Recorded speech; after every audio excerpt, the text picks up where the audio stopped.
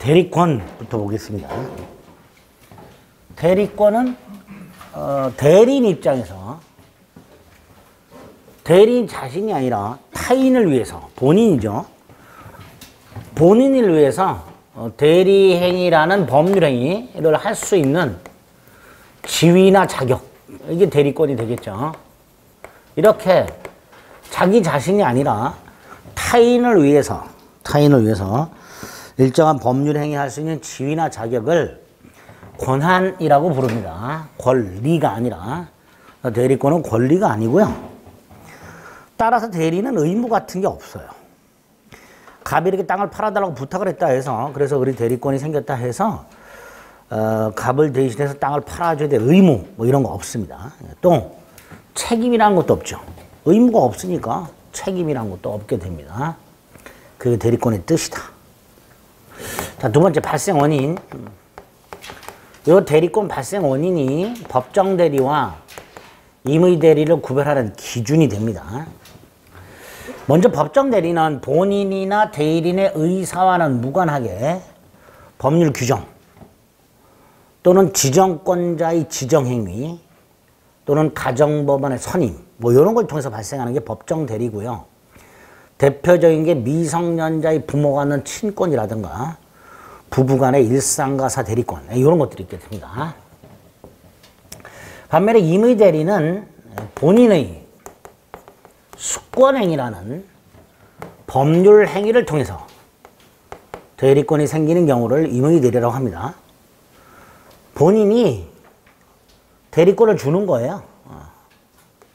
이걸 수권행위를 한다. 대리권 수여라고도 보통 하죠. 자, 이 본인의 수권행위는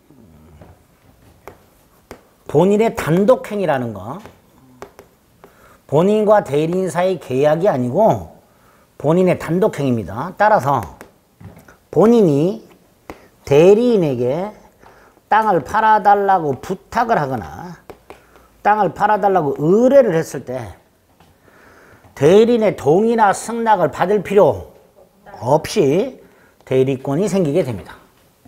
본인의 단독행위입니다. 두 번째, 이 수권행위는 민법상 법률행위는 99% 분류식이죠. 즉 일정한 방식이 필요 없습니다. 갑이 을에게 땅을 팔아달라고 부탁하면서 위임장을 꼭 줘야 되냐? 안 줘도 됩니다. 그래서 위임장 교부라든가 인감도장 교부 등은 그 자체가 수권행위가 아닙니다. 수권행위를 했다는 증거에 불과할 뿐 수권행위는 말로 부탁을 하든 문자로 부탁을 하든 어떤 방식으로든 뭘 해달라고 부탁 의뢰하는 행위, 요게 수권행위가 됩니다. 요게. 말로 부탁해도 되고요. 문자로 부탁해도 되고요. 서면으로 부탁해도 되고요. 어쨌든 이렇게 대리인에게 뭐뭘 해달라고 부탁하는 행위 자체, 그게 수권행위다. 분류시키기다. 세 번째, 원인관계 또는 기초적 내부관계하고 구별해야 되는데요. 이 원인관계 또는 기초적 내부관계라고 부르는데 요거는 계약을 말합니다. 본인과 대리인 사이 계약. 갑이 을에게 땅을 팔아달라고 부탁. 이게 수권행위죠? 하면서 수수료 지급계약. 보통 위임계약이라고 합니다. 이거 할 수 있죠? 할 수도 있고 안 할 수도 있죠. 갑이 이렇게 땅을 팔아달라고 부탁을 하는 게 수권행위고요. 엔드. 갑과 을 사이에 별도로 수수료를 지급하기로 하는 계약을 했다. 위임계약 같은 걸 했다. 요걸 원인관계라고 부르죠. 그래서 수권행위를 통해서는 대리권이 생기고 원인관계를 통해서는 갑하고 을에게 뭐가 생기고 권리와 의무가 생기게 됩니다. 이렇게 임의 대리권을 발생시키는 수권행위와 본인과 대리인 사이의 권리 의무를 발생케 하는 계약은 구별하자. 별개의 행위다. 이걸 수권행위의 독자성 이렇게 부릅니다. 따라서 이 두 개는 별개의 행위이기 때문에 서로 영향을 주질 않아요. 수권행위만 있을 수도 있고요. 요것만 있을 수도 있고 그렇습니다. 자, 문제는 이 위임계약 같은 원인관계와 수권행위는 서로 영향을 주지 않기 때문에 설령 계약관계가 종료가 되더라도 의뢰 대리권은 소멸하지 않는 문제가 생겨요. 그래서 우리 민법이 128조에서 특별한 규정을 뒀습니다. 뭐라고? 원인관계가 종료가 되면 대리권은 소멸하는 것으로 규정을 두게 됩니다. 원인관계하고 수권행위가 서로 영향을 주지 않기 때문에 원인관계가 종료가 되더라도 수권행위는 아무런 영향을 받지 않는다라는 문제가 생겨요. 그래서 부득 원인관계가 종료가 되면 대리권을 소멸하는 이런 규정을 두게 됩니다. 요것 때문에 수권행위 개념을 설명드린 거예요. 95페이지 밑에 대리권의 뜻이 있습니다. 두 줄. 그 다음에 권한으로 본다. 그 다음에 발생 원인 중에 법정 대리권. 양가를 번의 두 번째 줄 친권이라든가 부부간의 일상가세 대리권 이런 게 있게 될 거죠. 반면에 쭉 내려가면 임의 대리권의 발생 원인에 수권행위가 있죠. 양가를 번 단독행위. 양가를 번 원인관계와의 구별. 그죠? 원인관계의 구별. 다만 우리 민법은 원인관계가 종료가 되면 대리권을 소멸한다라는 규정을 따로 두고 있다. 그 다음에 오른쪽 분류식이다. 뭐 이런 것들을 기본적으로 확인해 두면 됩니다. 그 다음에 중요한 대리권의 범위가 나와 있죠. 아주 중요한데요. 자, 이 대리권의 범위가 어디까지인지 밝혀져야 그 범위를 벗어나는 행위를 무권대리로 판단할 수 있게 됩니다. 대리권의 범위가, 즉 대리인이 어느 범위까지 대리 행위를 할 수 있는지가 밝혀지지 않는다면 그 대리인의 행위가 유권대리인지 무권대리인지를 판단할 수가 없게 됩니다. 그래서 대리권의 범위란 대리인이 어느 범위까지 할 수 있는가의 문제가 되고 그 범위를 벗어나게 되면 뭐가 된다? 무권대리가 돼버립니다. 그러니까 범위가 어디까지인지가 굉장히 중요하겠죠. 자, 크게 두 덩어리가 나오는데 하나가 우리 법원의 판례, 대법원 태도. 우리 대법원은 일단 능동대리권의 법일 속에 수동대리권이 포함된다 이렇게 말을 합니다. 여기서 능동대리란 대리인이 상대방에게 뭔가를 표시하는 게 능동이고요. 수동은 상대방이 대리인에게 뭔가를 표시하고 대리인이 이걸 수령하는 게 능동입니다. 수동입니다. 그러니까 그림으로 이해하시면 돼요. 능동, 수동. 그런데 능동대리권의 범위 속에 기본적으로 수동, 수령대리권이 포함이 됩니다. 그래서 기억해야 될 판례가 있죠. 계약 체결 대리권과 계약 체결 및 이행에 관한 포괄적 대리권. 요거를 구별하셔야 되는데 계약 체결 대리권하고 계약 체결 및 이행에 관한 포괄적 대리권을 구별해서 일단 둘 다 계약 체결할 수 있고 계약금, 중도금, 잔금 수령할 수 있지요. 수동대리권이 있다고 그랬으니까. 기본이죠. 여기에 더 나아가서 계약금, 중도금, 잔금 지급기를 연기해 줄 권한이 있느냐. 위에 건 없고 밑에 건 있다. 구별해야 되죠. 둘 다 공통적으로 당연히 계약을 해지할 권한은 없게 됩니다. 이거 꼭 기억하셔야 됩니다. 기타. 대여금 영수 권한. 갑이열에게 병에게 빌려준 돈을 받아오라. 이 대여금 영수 권한 속에는 채무를 돈을 갚을 날짜를 연기해 줄 권한은 있으나 채무를 면제해 줄 권한은 없다. 이렇게 되죠. 면제해 줄 권한은 없다.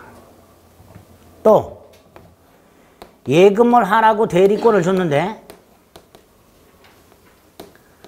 그 예금을 하라는 대리권 속에 그 예금을 담보로 대출받아올 권한은 없다. 이렇게 되어 있죠. 물건을 경락을 받아오라고 경매대리권을 줬는데 이 경매대리권 속에는 채권자가 경매 신청을 취하할 때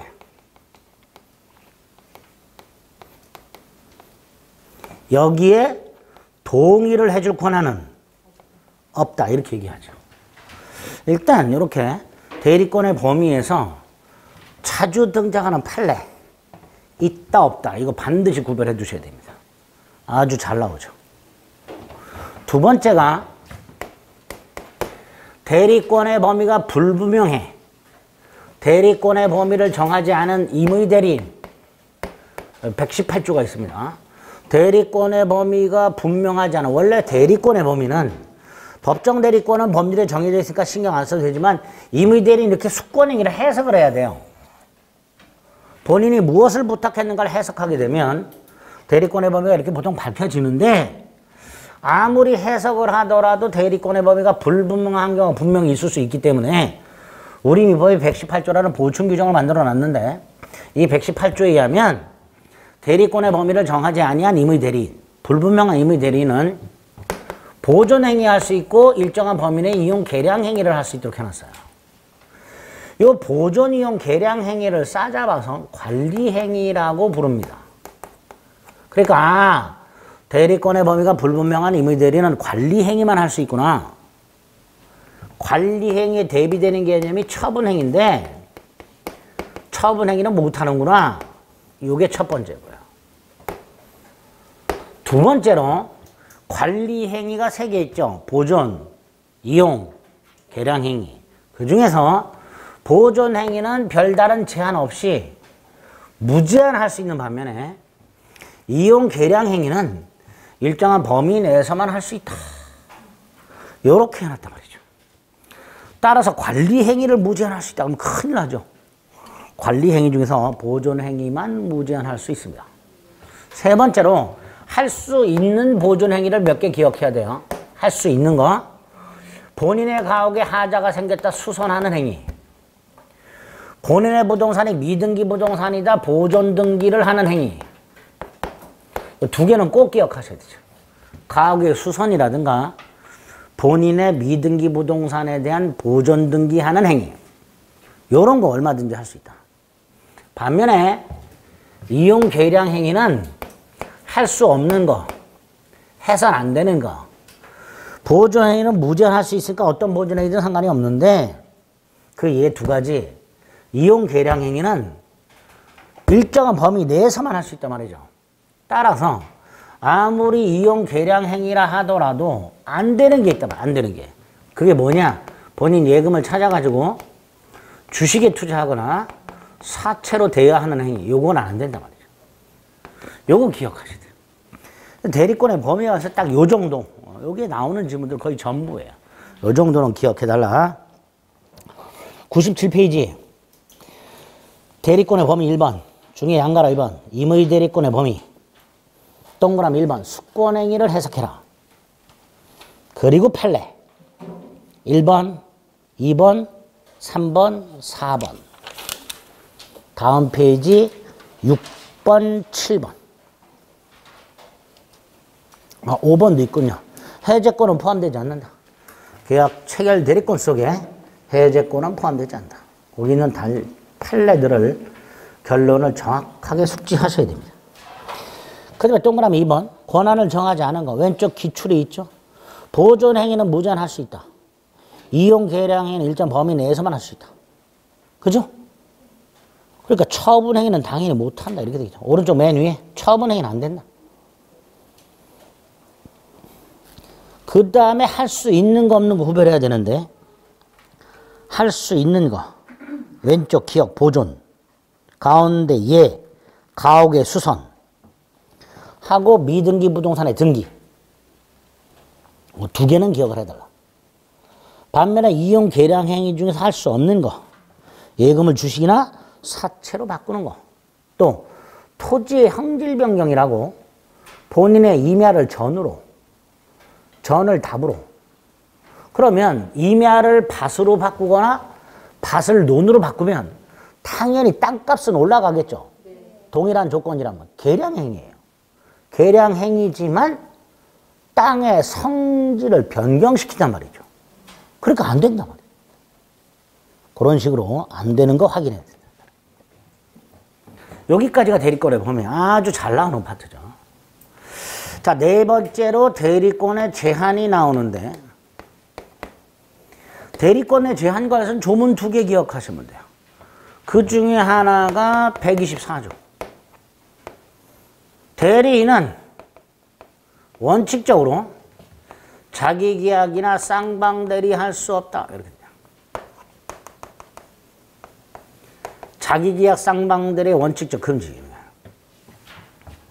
자기 계약이란 한편으로는 대리인 지위, 한편으로는 상대방 지위에서 행위하는 경우, 이게 자기계약 형태고요. 쌍방대리는 이해관계가 충돌하는, 대표적인 게 뭐예요? 매도인과 매수인. 그 쌍방대리인으로서 행위하는 경우, 요거를 말하게 됩니다. 자기계약 쌍방대리는 이렇게 그림을 통해서 이해하시면 돼요. 이거 원칙적으로 금지한다라는 거예요. 다만 허용되는 경우가 있다.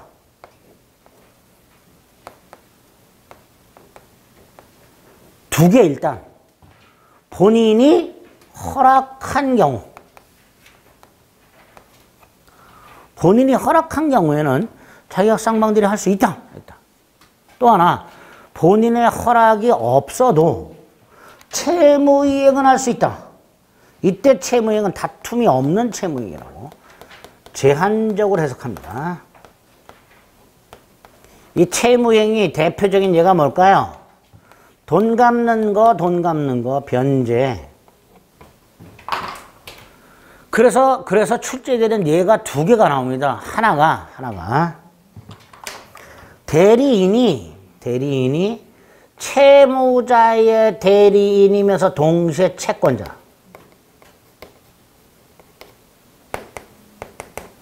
을이 갑에 대한 대리인이면서 채권자의 지위에도 있어요. 즉 채무자의 대리인이면서 채권자야. 돈을 갚을 날짜가 됐어. 안 갚으면 연체이자가 붙죠. 그러니까 얘가 연체이자 받아 먹으려고 변제 안 하는 경우도 있을 수 있으니까 하라 말이야, 하라. 그래서 변제 기한이 도래하면 갑의 허락이 없어도 돈을 찾아가지고 이렇게 변제하라 말이죠. 할 수 있단 말이에요. 또 하나, 돈을 빌린 차주와 돈을 빌려준 대주 사이에 쌍방대리인 사채 알선업자가 있더라요. 사채 알선업자는 차주의 대리인이면서 동시에 대주의 대리인, 즉 쌍방대리인인데, 차주가 돈을 갚을 때 이렇게 다이렉트로 갚으면 되죠. 근데 그렇게 하진 않고 이렇게 변제한 경우, 쌍방대리 형태의 변제죠. 이것도 괜찮다. 할 수 있다. 얼마든지 유효한 변제가 된다. 채무이행과 해서 2가지. 또 하나, 법무사를 생각해보자. 법무사는 매도인의 대리인이면서 매수인의 대리인이지 않냐. 그러니까 법무사가 이전 등기를 신청하는 거. 쌍방대리죠. 이것도 할 수 있다. 이렇게. 이런 식으로 본인의 허락이 있거나 본인의 허락이 없어도 요 정도는 할 수 있다. 이 정도는. 이런 걸 제외하고는 뭐가 된다? 금지. 근데 이걸 위반을 했다. 금지되는 걸 해버렸다. 금지되는 걸 자기계약 또는 쌍방대리로 해버렸다. 예를 들어 A라는 물건의 입찰 절차에서 갑의 대리인 을, 병의 대리인 을로서 응찰하는 행위. 예? 한편으로는 갑의 대리인 지위에서, 한편으로는 을의 대리인 지위에서 응찰하는 행위. 본인의 허락이 없이는 하면 안 되죠. 그러니까 위반했다면 무권 대리가 되고 따라서 본인에게 뭐가 된다? 무효가 된다. 여기 124조. 자기계약 쌍방들의 원칙적 금지입니다. 또 하나가 119조. 갑이 을에게도 땅을 팔아달라고 부탁을 했고 병에게도 땅을 팔아달라고 부탁을 해서 대리인이 2명 있다. 원칙이 각자가 대리해라. 원칙이 각자들이. 다만 법률 규정이나 수권행위에 의하여 다른 정한 바가 있을 때는 그러하지 아니하다. 다른 정한 바가 뭐냐? 공동으로 하라는 제한. 미성년자의 부모 공동으로 친권 행사해라. 갑이 을하고 병하고 부탁을 할 때, 수권행위 할 때 둘이 공동으로 해라. 이렇게. 원칙은 각자들인데 법률 규정이나 수권행위를 통해서 다른 정한 바, 즉 공동대리 제한이 있을 때는 각자 못한다. 공동으로 해라. 이렇게. 자, 여기서 공동의 의미. 의사결정을 공동으로 해라. 미성년의 자녀가 다녀야 할 영어 학원을 부모가 머리를 맞대고 공동으로 결정해라. 이런 거죠. 자, 공동으로 결정했다. A 학원. 그 학원에 가서 우리 아이가 이 학원을 다닐 거다라고 표시하는 거. 이건 굳이 공동으로 할 필요가 없지요. 단독으로 할 수 있다. 그리고 그날 책을 받아온다. 수동이죠. 이것도 굳이 공동으로 받을 필요가 없다. 그래서 결론. 공동대리 제한했을 때 공동은 뭘 공동으로 해라? 능동대리 행위를 할 때 의사결정을 공동으로 해라. 능동대리 행위를 할 때 의사결정을 공동으로 해라.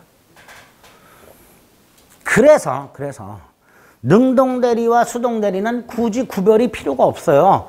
능동대리권의 범위 속에 수령대리권이 기본적으로 포함된다라고 보기 때문에 능동대리와 수동대리를 굳이 구별할 필요가 없는데 다만 구별해야 되는 것 중에 하나가 이거다. 공동대리 제한이 있을 때. 공동대리 제한이 있을 때는 그 대리행위가 능동인지 수동인지를 구별을 좀 해야 된단 말이죠. 왜? 능동은 공동으로 해야 되고 수동은 각자 해도 되니까. 그죠? 만에 하나 의사결정을 단독으로 했다. 제한을 위반한 거죠. 똑같아요. 무권대리로서 무효.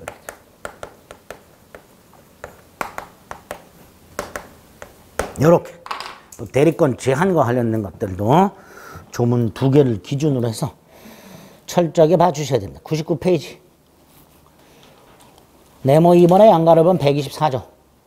대리인은 본인의 허락이 없으면 본인을 위하여 자기와 법률행위를 하거나 동일한 법률에 관해 당사 쌍방을 대리하지 못한다. 그러나 채무이행은 할 수 있다. 결국 본인 허락이 있는 경우하고 채무이행은 자기계약 쌍방들이 할 수 있다. 이런 뜻이죠. 동그라미 1번이 원칙이고요. 동그라미 2번이 예외인데요. 예외 하나가 이제 본인 허락이 있고요. 다음 페이지 채무이행이 있죠.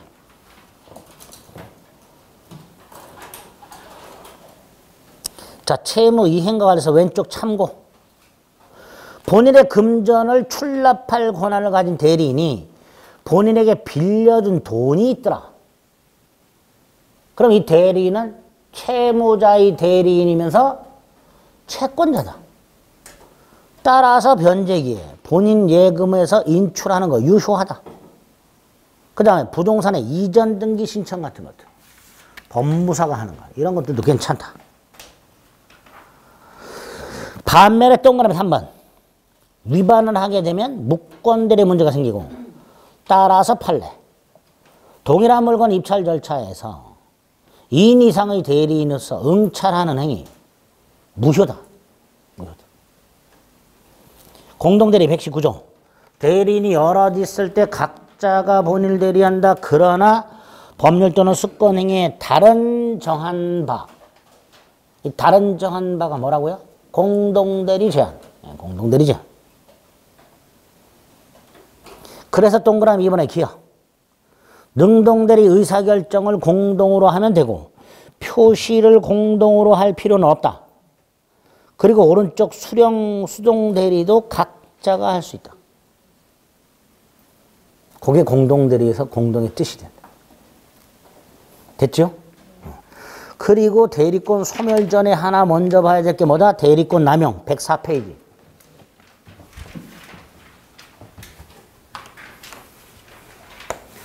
우린 지금 대리권이 뭔지를 보고 있습니다. 자, 갑은행이 직원 을을 고용해요. 고용은 계약이죠. 원인관계입니다. 일단 을은 갑의 피용인의 지위에 있어요. 그런데 갑이 을을 교육을 시켜가지고 예금 업무를 맡겨. 이게 뭐죠? 습권행위. 이게 뭐라고요? 습권행위. 야, 너 가서 예금 업무 맡아. 일방적이죠? 습권행위. 그럼 얘는 고용계약을 통한 직원의 지위에 있으면서 예금 업무에 대해서는 은행에 뭐가 되는 거야? 대리인. 예금 업무에 대해서는 은행의 대리인이 됩니다. 그리고 우리 갑의 대리인으로서 예금주 병과 예금계약을 체결하고 병이 돈을 주겠지요?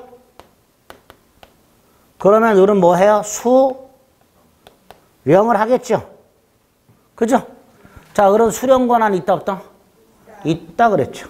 계약 체결 대리권 속에는 수령, 수동 대리권이 포함이 된다. 문제는 이 수령한 돈을 을이 횡령을 한 경우,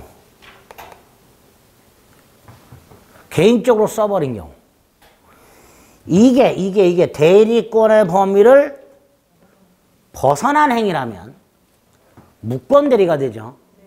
무권대리가 되면 본인에게 무효가 됩니다. 이게 예금계약을 포함한 전체가 무권대리가 돼버리고요. 무권대리가 되면 갑에게 무효가 됩니다. 이 예금계약은. 예금계약이 갑에게 무효라는 건 갑은 병에게 예금을 반환할 책임이 없다라는 뜻이에요. 그죠? 이게 무권대리가 돼버리면 그렇게 돼요. 따라서 이건 무권대리가 돼서는 안 됩니다. 즉 을이 예금계약을 체결하고 예금주로부터 돈을 받는 것, 여기까지가 대리권이고요. 여기까지가. 그걸 횡령하는 것은 을이 갑과 고용계약상 의무를 위반한 것에 불과합니다. 즉 대리권하고는 아무 상관이 없습니다. 이거를 대법원이 대리권의 범위 내의 배임적 대리행위 이렇게 불러요.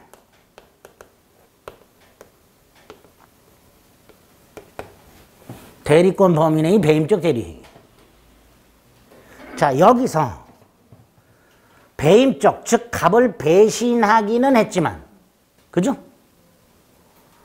대리권 범위 내의 대리행위이기 때문에 원칙적으로 이 행위는 갑에게 유효하고, 갑에게 유효하다는 것은 갑은 병에게 예금을 반환할 책임이 있다 이런 뜻입니다. 이게 원칙이에요. 다만 상대방 병이 대리인의 배임적 의도를 알았거나 알 수 있었을 경우에는 이때는 이 예금계약은 갑에게 무효가 되기 때문에 갑은 예금에 대한 반환 책임을 지지 않는다라고 해석을 하게 됩니다. 다만 민법 조문이 없어서 지난주에 외웠던 107조 1항 단서를 유추 적용해서 107조 1항 단서가 뭐였어요? 상대방이 알았거나 알 수 있었을 경우에는 무효가 되는, 그걸 유추 적용하는 거예요. 그래서 본인에게는 무효다. 요렇게 해석을 하게 됩니다. 요렇게 해석하는 것을 우리 대법원이 이름을 붙여요. 대리권 남용이라고. 요게 대리권 남용이 됩니다.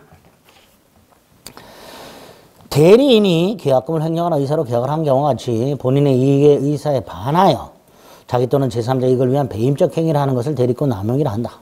원칙적으로 본인에게 효과가 귀속된다.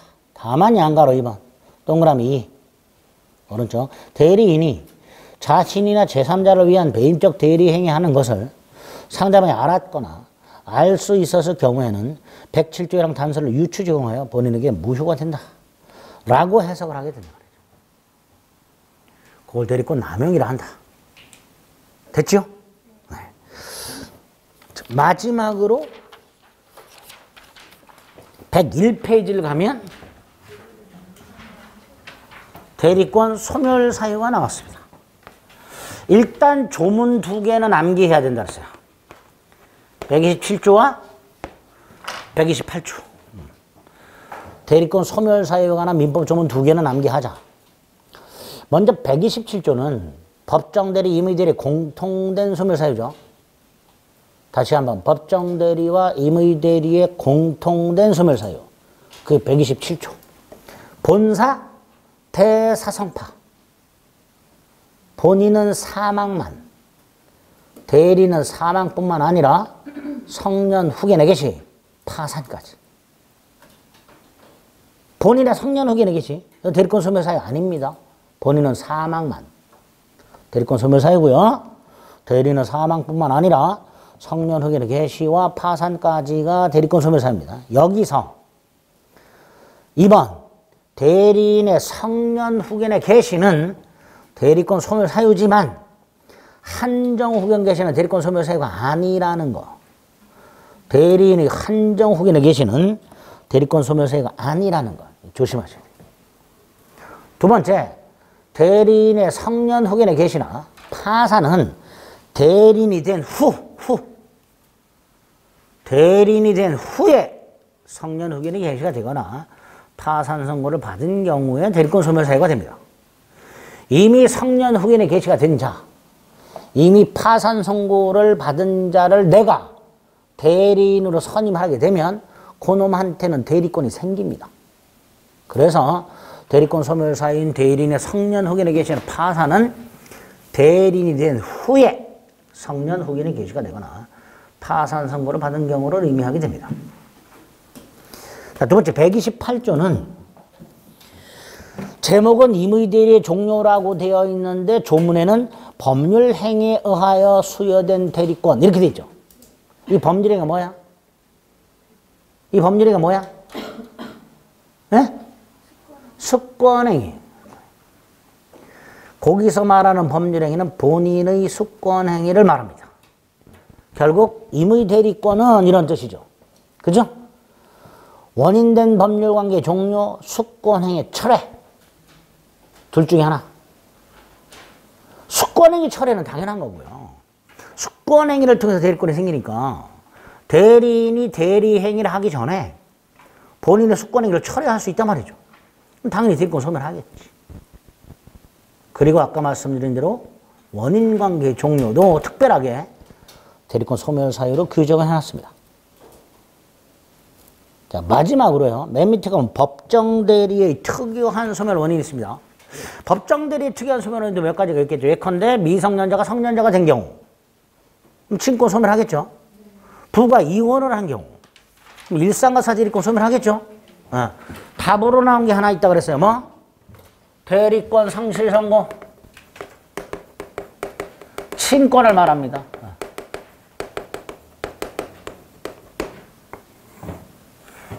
친권을 남용한 경우에 일정한 자의 청구에 하여 가장법원이 친권을 박탈을 해버립니다.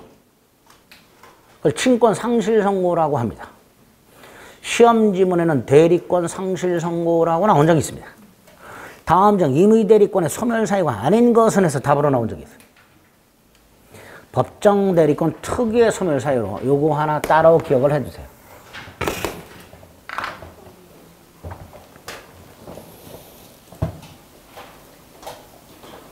이렇게 대리권 상실 소멸 사유가 무엇이 있는지 그냥 쭉 기억하지 마시고 나눠서 임의대리 법정대리 공통된 소멸 사유, 임의대리 특이한 소멸 사유, 법정 대리의 특이한 소멸 사유 이런 식으로 나눠서 숙지를 좀 해 주실 필요가 있습니다.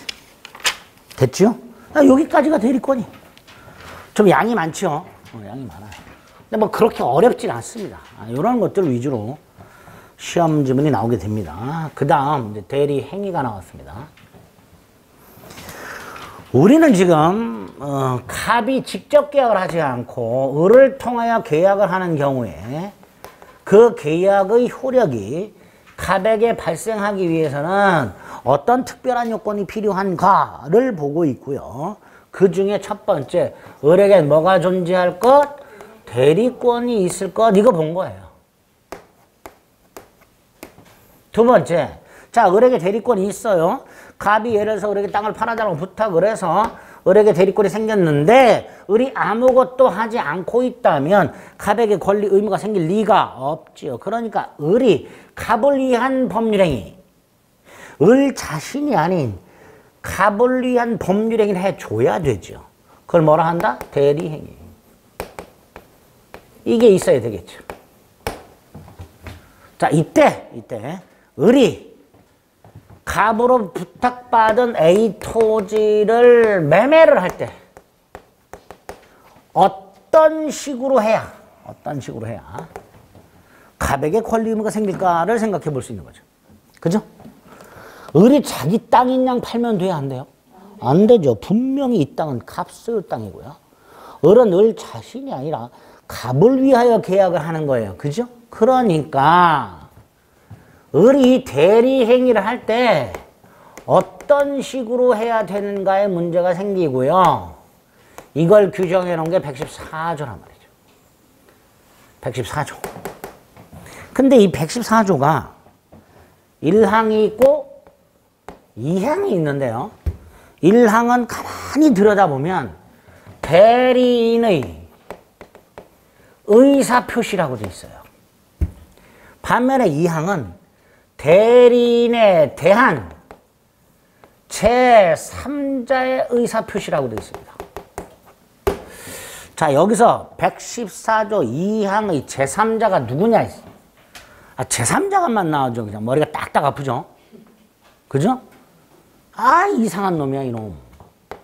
자, 110조 2항의 제3자가 누구냐? 상대방을 말합니다.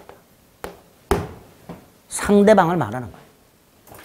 그러면 1항은 대리인의 본인을 위한 것임을 표시라고 되어 있으니까 대리인의 표시죠. 그죠? 능동입니다. 반면에 2항은 대리인에게 대한 제3자의 표시라고 되어 있죠.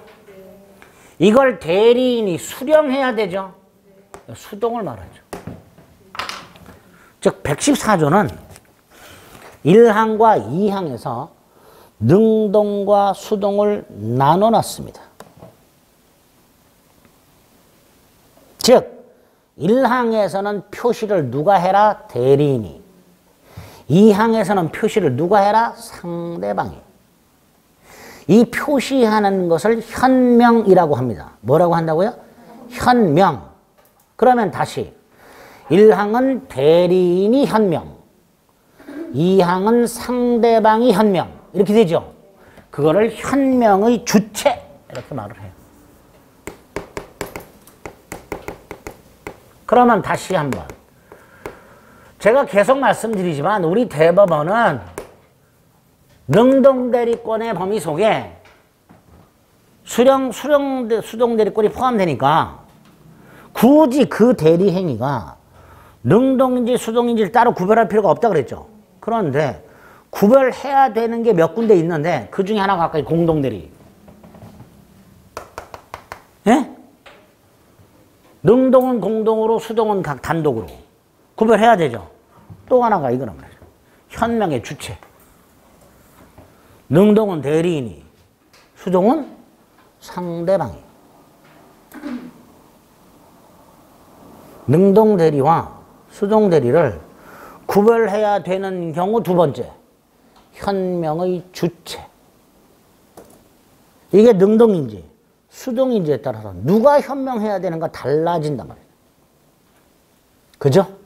일단 그렇게 114조는 1항과 2항에서 능동과 수동을 나눠놨다. 두 번째, 무슨 표시를 말하냐 이거. 본인을 위한 것임을 표시. 무슨 표시? 본인을 위한 것임을 표시. 자, 이 본인을 위한 것임을 표시를 다른 말로 대리의사 표시, 다른 말로 현명, 즉 본인의 이름으로 라는 뜻이에요. 누구의 이름으로? 본인의 이름으로. 본인의 이름으로. 을이병과 계약을 할 때 이 땅 주인은 갑이고 매도인은 갑이야. 나는 대리인에 불과해. 이걸 밝히라는 거예요. 이걸 본인을 위한 것임을 표시한다라고 해놨습니다. 당연히 본인을 위한 것임을 표시한다라는 말은 본인의 이익을 위한다는 뜻은 아니죠. 이 계약이 본인의 이익을 위한 거다가 아니고 본인에게 이익이 되든 손해가 되든 그 효과를 누구에게? 본인에게 라는 뜻이 됩니다. 이걸 대리의사 표시 또는 현명이라고 하고요. 본인의 이름으로 한다 이렇게 보통 얘기를 해요. 누구의 이름으로? 본인의 이름으로. 즉 매도인이 본인임을 밝혀라 이런 뜻입니다. 다만 이 본인을 위한 것임을 표시 분류식이에요. 그러니까 반드시 매도인 갑, 대리인을 또는 갑의 대리인을 이런 방식으로 표시할 필요는 없고 을의 계약이 을을 위한 것이 아니라 타인을 위한 거다 라는 것을 상대방이 알 수 있을 정도의 표시만으로도 현명은 한 것이다 이렇게 말하죠. 그래서 대표적인 뭐가 있어요? 위임장 제시가 있죠. 이렇게 을이 병에게 계약을 하면서 위임장을 제시했다면 이거 현명한 거죠. 그러니까 계약서에 갑의 이름만 적고 갑의 도장만 찍었다 하더라도 또는 을의 이름만 적고 을의 도장만 찍었다 하더라도 이걸 대리행위로 봐야 되죠. 예? 네. 이걸 대리행위로 봐야 돼요. 다시 말해서 매도인이 갑이 되는 거고요. 을은 뭐가 되는 거예요? 대리인이 되는 거예요.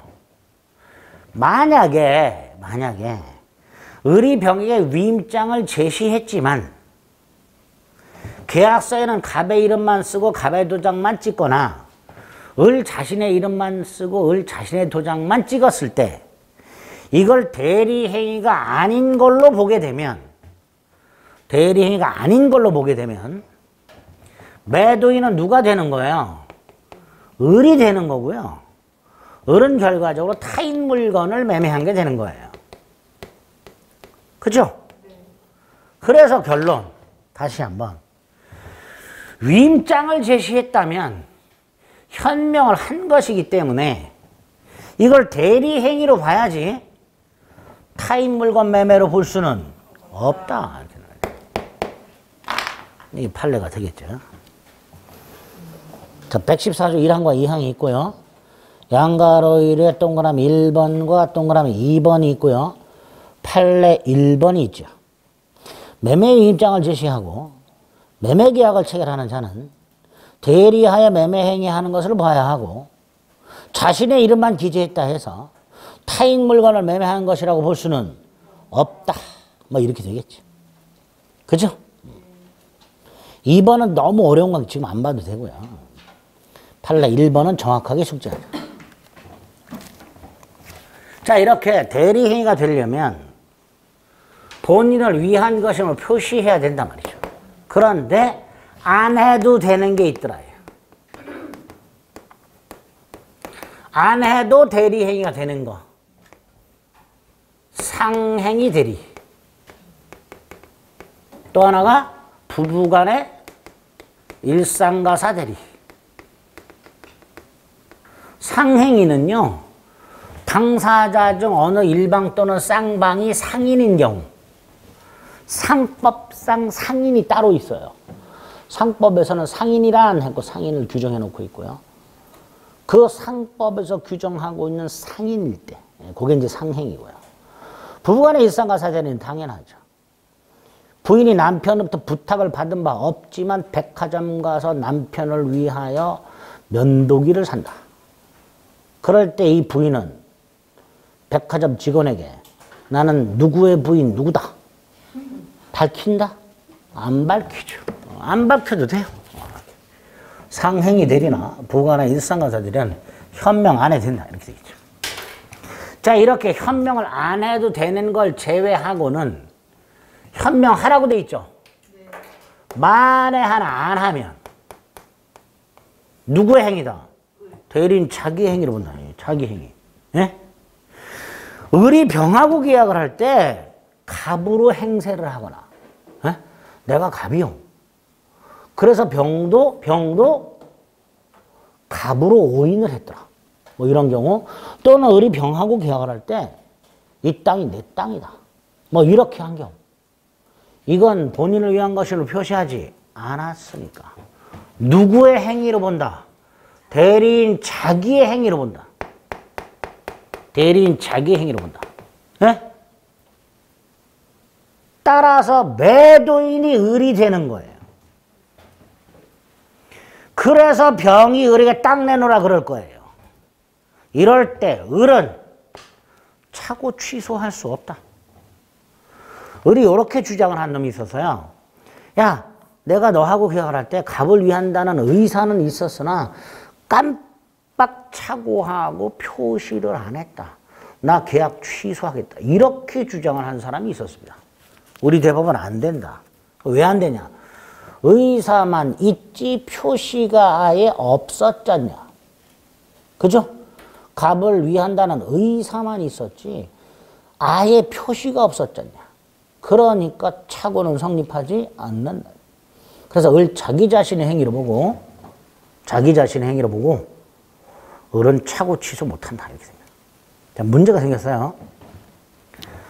을이 현명을 하지 않았는데도 불구하고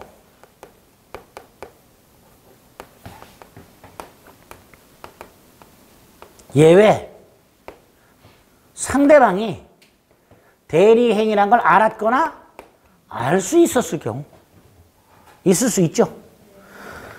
을이 평상시에 갑을 위한 것임을 표시하여 병하고 수차례 반복적으로 계약을 해왔다.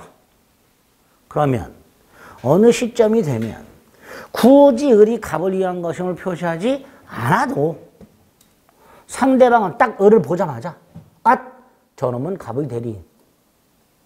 알았거나 알 수 있었을 경우가 있을 수 있지요. 그럴 때는 다시 뭐가 된다? 대리행위가 된다 말이죠. 그죠? 그게 판례 2번에 있는 거예요. 왼쪽에. 거기 보면 대리관계를 표시함이 없이 마치 갑으로 행세라고 돼 있죠. 갑으로 행세하고 플러스 병이 을을 갑으로 오인. 그럼 이건 대리가 아니에요. 근데 그 말이 없죠. 이건 무슨 뜻일까요? 상대방이 알았거나 알 수 있었다 이런 뜻이에요. 그럴 때는 뭐가 될 수 있다? 본인에게 효력이 미친다 이렇게 되겠죠. 그겁니다. 판례 그 2번은 이해하기가 좀 어려워요. 대리관계를 표시 안 했다면 을이 갑으로 행세했다면 이건 을 자신의 행위가 되고 대리행위가 아니라 그랬잖냐. 근데 이건 왜 대리가 되냐? 115조 단서 상대방이 알았거나 알 수 있었을 경우 거기 빠져 있는 거란 말이죠. 무슨 말인지 아시겠죠? 그러니까 그냥 읽으면 이게 뭔 개소리인지 이렇게 되는 거죠. 대리 관계를 표시하지 않았다 하더라도 대리 행위가 될 수 있다. 어떤 경우? 상대방이 알았거나 알 수 있었을 경우. 그게 있단 말이죠. 그죠? 근데 그 상대방이 알았거나 알 수 있을 경우를 쏙 빼고 출제하는 경우가 있단 말이죠. 어렵죠. 대리권이 있다면으로 대체가 된 거네요. 그렇죠. 대리권은 일단 있고 당연한 거고 그거는. 대리권이 있는데 을이 갑으로 행세 플러스 병이 을을 갑으로 오인. 그건 대리행위가 아니야. 그건 대리가 아니에요. 그건 대리는 자기 행위야. 그죠? 근데 병이 을을 갑으로 오인한 게 아니라 병이 대리행위를 알았거나 알 수 있어서 그런 경우가 있단 말이지. 그거 말하는 거야. 그거. 그런데 뭐 전제를 쏙쏙 다 빼고 있다고만 출제를 하니까 짜증이 나죠. 그죠? 근데 잘 안 나와요. 이건 헷갈릴 수 있기 때문에. 그래서 일단 114조와 115조를 연결해서 본인을 위한 것임을 표시하라. 표시하지 않으면 대리인 자기 행위로 본다. 을이 갑으로 행세. 병도 을을 갑으로 오인. 이렇게. 다만 대리행위가 될 수 있는 경우가 있더라고요. 상대방이 알았거나 알 수 있었을 경우. 그게 하나 나올 수 있다. 됐죠? 그 다음에 이제 3번 현명주의 적용과 관련해서 당연히 임의대리든 법정대리든 현명은 해야 될 것이고요. 동그라미 2번 수동대리에서는 상대방이 본인을 위한 것으로 표시해야 될 것이고요. 이걸 현명의 주체라 그랬죠. 그리고 3번 상행위나 일상가사대리는 현명 안 해도 된다. 현명주의 예외가 되겠죠. 그죠? 자, 여기 이제 대리행위 방식과 관련된 겁니다. 자, 두 번째가 대리행위 하자라고 타이틀이 나와 있는데요. 대리행위 하자는 이 대리의 행위가 목적 요건 또는 의사 표시 요건을 못 갖춘 경우. 이 대리 행위가 목적 요건, 확정성, 가능성, 적법성, 사회적 타당성 또는 의사 표시 요건, 의사 표시가 불일치하고 또는 하자가 있고 이런 걸 못 갖춘 경우. 그걸 대리행위 하자라고 합니다. 다 싸잡아가지고. 자, 이때 이 대리행위의 하자 유무를 본인을 기준으로 판단할 거냐, 대리인을 기준으로 판단할 거냐의 문제가 생기게 됩니다. 그리고 우리 민법은 대리인을 기준으로 판단하라고 돼 있어요. 110조 1항을 보면 이렇게 돼 있죠. 의사 표시의 효력이 의사의 흠결. 의사의 흠결이 뭐죠? 의사의 흠결이 뭐죠? 뭐야 이거? 먼저 알아야지. 뭐요 이게? 비진이 허위 표시 차고 그게 의사의 흠결이죠. 사기강박. 그 다음에 어느 사정을 알았다. 악의. 과실로 알지 못했다. 과실. 선의 과실. 이런 걸로 영향을 받는다. 있죠. 예컨대 비진이 같은 경우 상대방이 선의 무과실일 때 유효. 상대방이 알았거나 알 수 있을 때 무효. 비진이 허위 표시 차고 사기강박. 선의의 제3자에게 대항을 못해. 선악을 구별하잖아. 그죠? 상대방과 통정한 허위 표시 무효. 이런 식으로 의사의 흠결이라든가 사기강박이라든가 악의라든가 과실로 인해서 그 법률행위가 유효냐 무효냐 영향을 받는 경우가 있더란 말이지. 있잖아요. 그럴 때 누굴 기준으로 할 거냐. 누굴 기준으로 한다. 대리인 기준으로. 그게 1항. 다만 2항이 예외적으로 본인을 기준으로 하는 경우에요. 자, 이때요. 1항과 2항 조금 까다롭습니다. 좀 쉬었다가 자세히 좀 보겠습니다.